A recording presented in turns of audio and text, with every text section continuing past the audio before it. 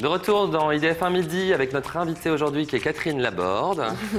Vous pouvez lui poser toutes vos questions en direct pendant toutes les 20 minutes qui nous restent. Enfin, toutes les 20 minutes, c'est pas très français, mais c'est pas grave. Pendant les 20 minutes qui nous restent d'émission, le numéro de téléphone c'est 0892 780 777 avec mon ami Kevin, bien sûr. Oui, comme toutes les semaines. Alors Catherine, vous le disiez tout à l'heure en arrivant à la météo, vous avez un petit peu mis de côté votre métier de comédienne et d'actrice. D'ailleurs, ça va revenir là dans très peu de temps, m'a-t-on dit d'ailleurs. Bien renseigné. C'est ce qu'on m'a dit, on a des petites souris qui se baladent. Vous êtes vraiment très contente aujourd'hui de revenir au théâtre, justement, ça vous manquait beaucoup, cette longue pause? Je ne peux pas dire que ça me manquait parce que j'ai vraiment une vie formidable. Donc j'ai beaucoup de chance, j'ai vraiment une vie formidable. Et je dis ça maintenant parce qu'on ne sait jamais de quoi demain sera fait, bien sûr, mais j'ai beaucoup de chance dans ma vie. Alors, je ne peux pas dire que j'étais malheureuse parce que le théâtre me manquait. Je suis extrêmement heureuse à la météo à TF1. Je trouve qu'on fait un boulot utile. On fait un boulot remarquable, pas parce que nous sommes déjà remarquables, mais parce que Gilles Pétré, Cardoz ont construit cette météo et en ont fait un outil formidable, parce qu'on est intégré dans la rédaction de TF1 et que c'est une rédaction qui marche du feu de Dieu. Donc voilà, moi j'ai beaucoup de chance. Donc je peux pas dire que j'étais malheureuse parce que je faisais pas du théâtre. Juste là, en plus, j'ai fait du théâtre. Je ne sais pas si je serais heureuse, parce que comme je suis extrêmement traqueuse, je me dis que c'est de la folie. Directement face aux personnes. Je me dis que la veille du spectacle, je vais tout planter là et je vais partir au fin fond de la Russie ou de l'Amérique latine en disant bye bye. Je le fais pas. Je trouve que c'est de la folie de faire ça, mais en même temps. C'est super excitant. Oui, et puis si je fais pas ça maintenant, je le ferai quand, quoi? C'est sûr. Et qu'est-ce que ce sera alors cette pièce? Quand est-ce qu'on pourra vous admirer sur les planches? Alors c'est à partir du 25 octobre au Petit Gymnase. Et c'est un spectacle où je suis toute seule sur scène. Et ça, j'en avais envie parce que je suis toute seule sur scène avec la météo depuis déjà des années. Alors vous me direz, c'est pas du théâtre la météo. Non, c'est quelque chose de très sérieux. Mais quand même, je fais appel sans doute à des ressources dont usent les gens qui sont tout seuls sur scène face au public. Sauf que la météo, j'ai pas de public. Et là, je vais avoir le public. Ah, c'est les yeux rivés droit sur vous. Exactement. Donc c'est un spectacle où je suis toute seule sur scène, mais c'est un spectacle qui est dirigé artistiquement et mis en scène par Liane Folly. Et je pense que c'est sûr et certain que sans Liane, ce projet n'existerait pas. D'abord parce que c'est elle qui en a eu l'idée, et ensuite parce que c'est elle qui fait la direction artistique et la mise en scène. Liane, c'est une entertainer absolument extraordinaire. C'est une chanteuse magnifique, hors du commun. C'est une comédienne magnifique. Et c'est quelqu'un qui, quand elle est sur scène, je ne dirais pas qu'elle est chez elle, parce que ça sous-entend quelque chose un peu pantoufle, alors pas du tout. Quand elle est sur scène, elle est puissance 10 000, quoi. Elle fait vraiment le show. Mais elle le fait de toutes les manières et avec une générosité, une liberté extraordinaire. Alors si je peux, moi, profiter un tout petit peu de ça, des qualités de Liane, je veux dire que c'est que de la chance, quoi. Et alors justement, Liane Folly qui vous imite, c'est une qualité ou pas? Oh bah oui, parce qu'à partir du moment où je veux dire, c'est ma légion d'honneur à moi d'être imitée par Liane Folly. Mais il y a des gens qui le prennent mal parfois d'être imité. Mais comment je pourrais mal le prendre? En plus, c'est une imitation tellement gentille. Je veux dire, elle est une femme plus jeune que moi, plus belle que moi, plus sexy que moi. Elle m'imite. Je veux dire, je vois pas de quoi je me plaindrais, franchement. Elle est formidable. Elle est formidable. Moi, au début, c'est vrai que ça m'a donné le trac. La première fois que je l'ai vue, elle m'avait invitée au Marigny. C'était avant la folle parencure. La folle parenthèse. C'était la folle parenthèse, voilà.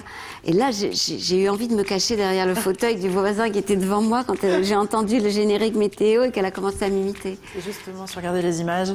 Bon, d'accord. Et ben alors c'est parti, soyons fous, regardez. Bonsoir, bonsoir. Bonsoir à toutes, bonsoir à tous. Nous allons vous parler ce soir du temps qu'il fera ce week-end, c'est-à-dire un temps très très pourri, parce que la France va être vraiment partagée en deux pour le coup. Et alors, nous aurons au nord un temps très très très très très mauvais, et alors au sud vers la Corse, ça sera très très chaud, très chaud. Et alors nous attendons impatiemment, bien sûr, pour que la France soit encore plus divisée, nous attendons demain impatiemment nos résultats pour les élections présidentielles. Mais en attendant et avant de nous quitter, un petit dicton du jour pour tout le monde. à la Saint-Valentin, elle lui caresse la main. Vivement la Sainte Marguerite, bonsoir. C'est drôle, hein? Mais vous voyez, comment voulez-vous que je sois? Vous avez vu la beauté, le truc? Enfin, je veux dire, bon, je suis ravie. Vraiment. Est-ce que vous vous reconnaissez dans cette imitation? Alors maintenant, oui. Vous faites, mais c'est vrai que très très chaud comme ça. Non, mais je me suis dit, enfin pas en cette période parce qu'on est en vigilance orange et que c'est une période comme ça très sérieuse de la météo, mais quand ça va redevenir un peu plus léger la météo, il faudra un jour que j'essaye de faire, de tourner sur place ou de. Ce sera votre défi, ça, la météo. Oui, oui. Nous sommes en direct, on vous prend au mot. Ouais, ce sera votre défi. Il faudra que j'essaye. Voilà. Alors, on l'a dit tout à l'heure, avant d'être présentatrice météo, et d'ailleurs vous allez le redevenir, vous êtes comédienne. Il y a plusieurs animateurs de TF1 qui ont joué dans des fictions sur l'antenne. Est-ce que ça vous dirait de tenter une expérience comme ça? Il y a eu Jean-Luc Reichmann, il y a eu Christophe de Chavannes. Oui, mais ce sont des animateurs. Vous comprenez, nous, on n'est pas seulement des animateurs. Je veux dire, j'adore Jean-Luc et Christophe. Je trouve que ce sont des animateurs formidables. Mais ils peuvent aller dans la fiction parce qu'ils sont animateurs. Nous, on est, je veux dire, surtout dans la période actuelle, là où il y a ces problèmes de grand froid et de neige, je veux dire que grâce à la météo, il y a des vies humaines qui sont sauvées. Donc il ne faut pas oublier ça. Et c'est pour ça qu'on est à la fois, c'est vrai, dans quelque chose de léger, l'animation, tout ça, on est aussi dans la rédaction de TF1. Et donc je crois qu'on ne peut pas se permettre trop d'aller dans la fiction et d'être sur la chaîne à la fois actrice et présentatrice météo.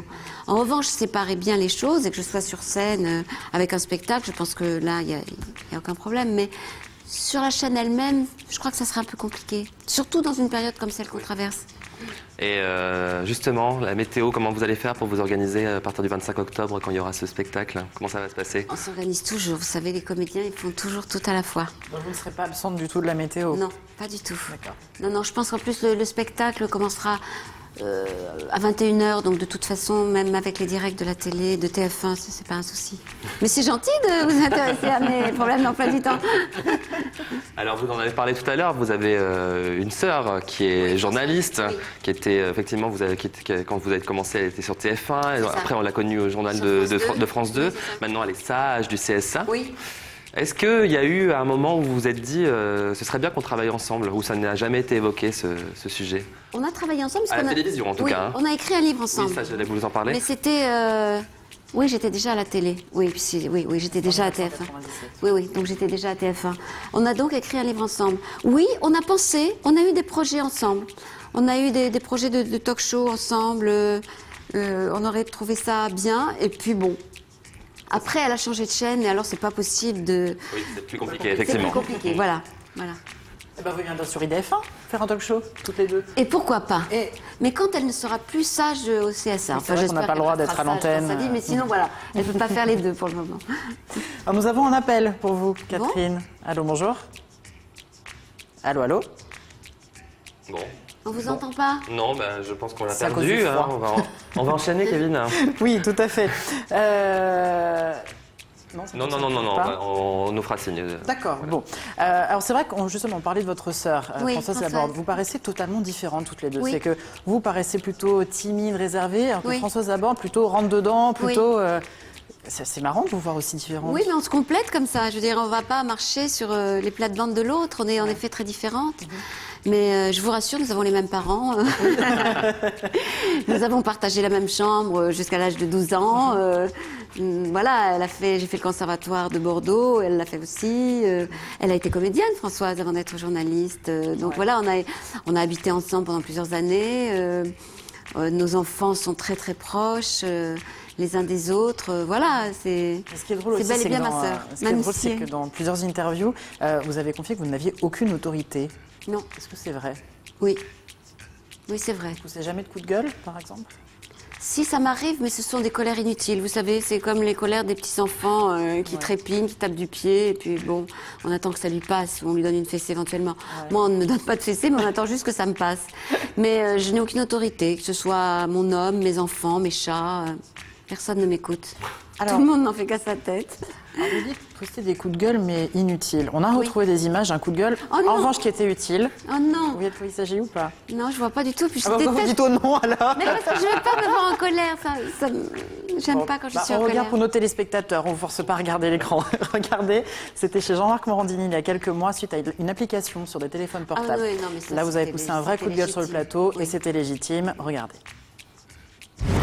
Est-ce que vous pouvez décider seul de la retirer parce que vous entendez Ah oui, les arguments? Oui, je peux. Alors, mais le problème, c'est que je ne suis pas d'accord avec cet argument.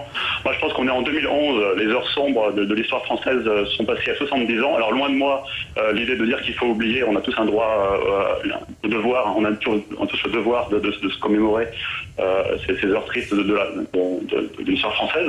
Maintenant, en 2011, 70 ans après, j'aurais espéré que les mœurs et les idées aient un peu évolué. Mais non, ils ont pas évolué, c'est scandaleux de dire une chose pareille. Catherine Laborde. Je suis scandalisée, je ne savais pas que ça existait. Je suis scandalisée et je trouve que les arguments sont sordides, quoi. On est dans un cette stigmatisation, je trouve, enfin vous avez tout à fait raison, j'espère que vous allez obtenir gain de cause très vite. Écoutez, moi, parce que la bête immonde, elle est toujours prête à ressurgir. Donc il faut vraiment couper ça à la racine. Je trouve ça incroyablement dégueulasse. Mais c'est symptomatique du climat ambiant. Attendez, Jean-Lévy, allez-y. Oui, il n'y a qu'en France qu'on se scandalise pour ce genre de choses. Voilà, donc c'était pour une application sur les téléphones par rapport à, à la religion. On ne va pas citer pour ne pas leur faire de pub non plus. Oui, non, mais c'est vrai que c'est scandaleux, mais c'est vrai que c'est scandaleux. C'est vrai qu'il faut savoir que la bête immonde est toujours là, toujours très proche. Et qu'il faut essayer de construire sa morale et son éthique et ne pas en déroger. Voilà, oui, c'est vrai. Mais comme vous avez vu, quand je me mets en colère, comme ça part dans les aigus, c'est ridicule, quoi. D'ailleurs, vous étiez en train d'essayer de vous cacher. Oui, non, mais ce que je dis est important, mais la forme, c'est grotesque. Alors, on a retrouvé notre téléspectateur, apparemment, qui voulait vous poser une question. Allô, bonjour. Allô. Bonjour. Bonjour. Quel est votre prénom? Bonjour. Quel est votre prénom? Doris. D'accord, bonjour Doris. Je vous laisse poser votre question à Catherine Laborde. Oui, c'est pour poser une question à Catherine. Oui, on vous écoute. Je vous écoute, Doris. Oui, déjà, Catherine, je vous trouve très sublime et je voudrais savoir vous avez un secret par rapport à votre accoutrement déjà? J'ai pas compris, mais... Un secret par rapport à votre voix. Par rapport à votre apparence, votre habillement surtout, vous êtes toujours magnifique, toujours coquette quand vous présentez. Le plus souvent, je m'oblige, au lieu de suivre la météo, je vous regarde tout simplement.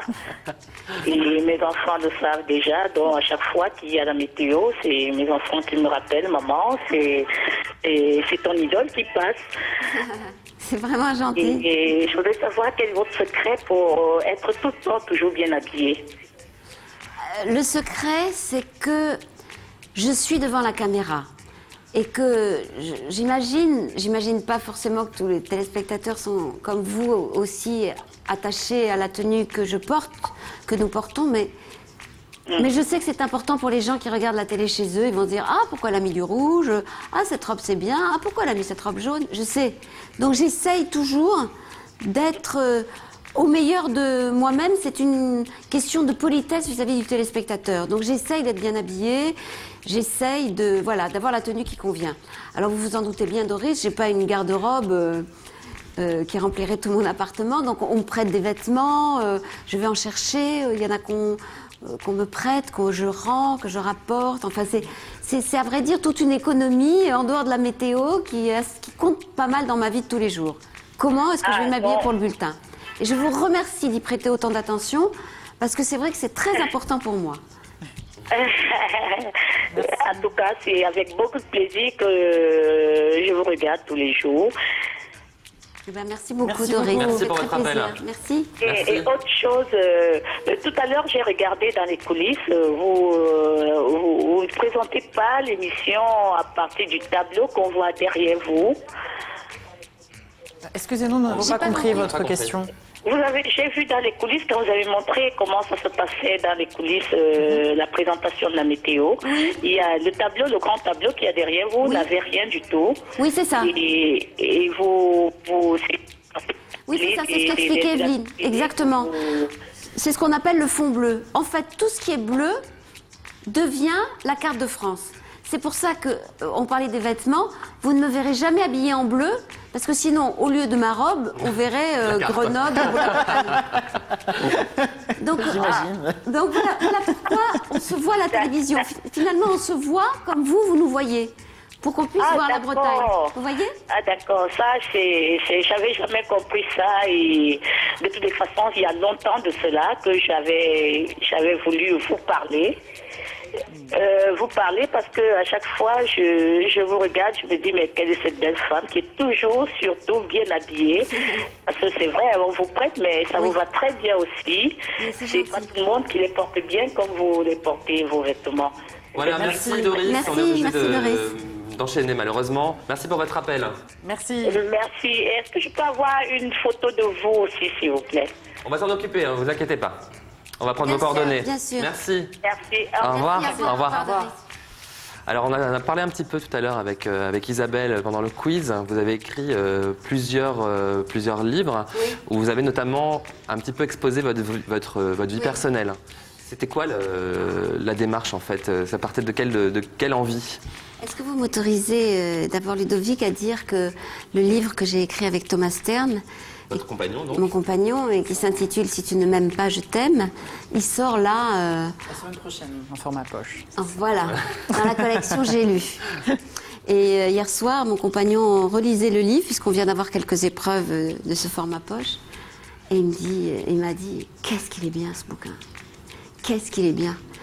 Et je pense que je peux dire la même chose que lui. Nous sommes, lui et moi, très fiers de ce livre.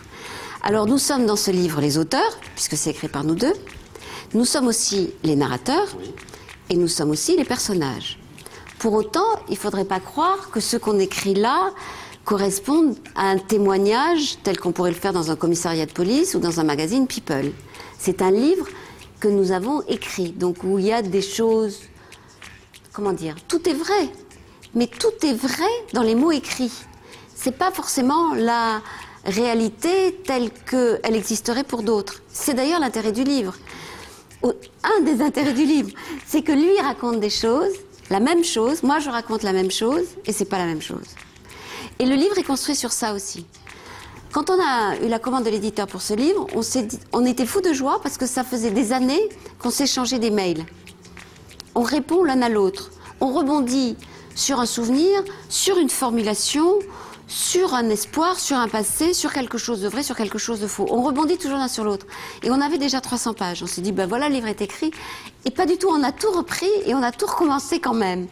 Donc c'est vraiment un livre qui est, comment dire, qui est notre œuvre d'art commune, voilà. Mais c'est une thérapie ou pas, quelque part? Non. Vous pensez bien que pour écrire ce livre-là, il m'a fallu 15 ans de divan derrière. Oui. Donc non, c'est parce que c'était fait. La thérapie, c'était fait. Donc j'ai pu me risquer à écrire ce livre. Parce que justement, il y avait quelque chose en moi de pacifié, voilà. Et que je pouvais être auteur, et pas seulement témoin.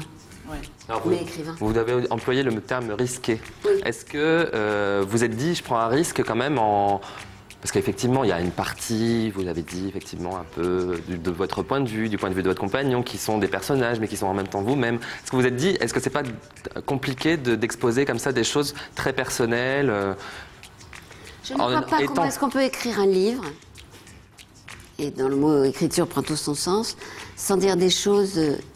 Je dirais pas personnel, parce que là, ça ressemble... Mais sans dire les choses les plus intimes possibles. Je pense pas qu'on puisse écrire quoi que ce soit sans dire des choses très intimes. Sinon, on écrit des livres sur rien et sur n'importe quoi. Je veux pas citer de livres, parce qu'il faut pas dire du mal des gens. Mais voilà, quoi. À partir du moment où on essaye d'écrire vraiment, et où on essaye de dire la complexité de la vie...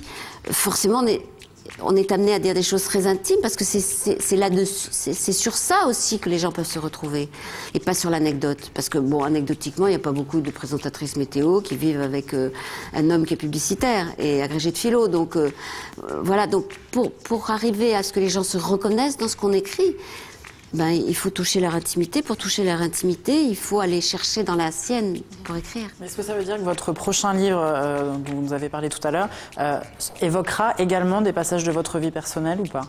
Où il y aura beaucoup plus de fiction par rapport aux autres, peut-être. Mais c'est forcément de la fiction. Comment ça pourrait ne pas l'être? C'est forcément de la fiction.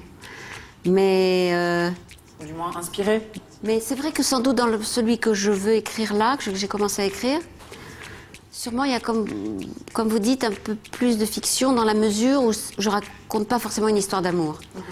Donc c'est quelque chose qui peut-être apparaît moins comme provocateur pour les gens, pour les lecteurs. Très bien. Alors on en a parlé aussi tout à l'heure avec Isabelle, c'est la rose Catherine Laborde. Oui. On va la regarder avant de se quitter. Voilà. Elle est magnifique. Hein. Donc voilà la rose Catherine Laborde. C'est une rose que vous avez créée vous-même en choisissant les couleurs, en choisissant... Non, c'est une rose. On m'a proposé cette rose, on m'a dit est-ce que celle-là, vous voulez bien qu'elle soit la rose Catherine Laborde? Et ça m'a rappelé les roses qu'il y avait autour de la porte d'entrée chez ma grand-mère quand j'étais petite. C'était ces roses comme ça, très grosses. Et avec un peu de jaune et un peu de rose dedans. Et ça m'a rappelé mon enfance et j'ai été très très charmée. Voilà, vous voyez, les boutons sont roses et au fur et à mesure que la fleur s'ouvre, elle devient jaune. Et c'est une rose que les téléspectateurs pourraient ou pas se sûr, procurer oui, quelque oui, part? bien De sûr. quelle manière, vous savez s'il y a Il faut écrire chez les horticulteurs et la demander. Bien sûr, oui. D'accord, très bien. Merci beaucoup, Catherine Merci à Laborde. vous, Kevin, merci beaucoup. On va rappeler donc la sortie de Si tu ne m'aimes pas, je t'aime, Yes. en poche. Yes. Il sort quand? Collection J'ai lu. Moi, on m'a dit qu'il sortait cette semaine. Cette semaine, Ouais, voilà. c'est ça, tout à fait. Donc semaine prochaine, vous pourrez aller dans toutes vos librairies, il sera Oui. disponible. Oui. Et donc au petit gymnase. à partir du 25 octobre. Voilà, vous avez bien retenu, c'est bien. Et donc la météo à TF1 Et la aussi. météo, évidemment. Avec Evelyne et Louis. Voilà. Très bien, merci Catherine Laborde d'être venue sur notre plateau. Merci à vous. Dans quelques instants, vous avez rendez-vous avec Isabelle II et Olivier pour ID Club. Quant à moi, je vous retrouve lundi à midi pour IDF1 midi. Très bon week-end à tous, ciao. Bon week-end, ciao.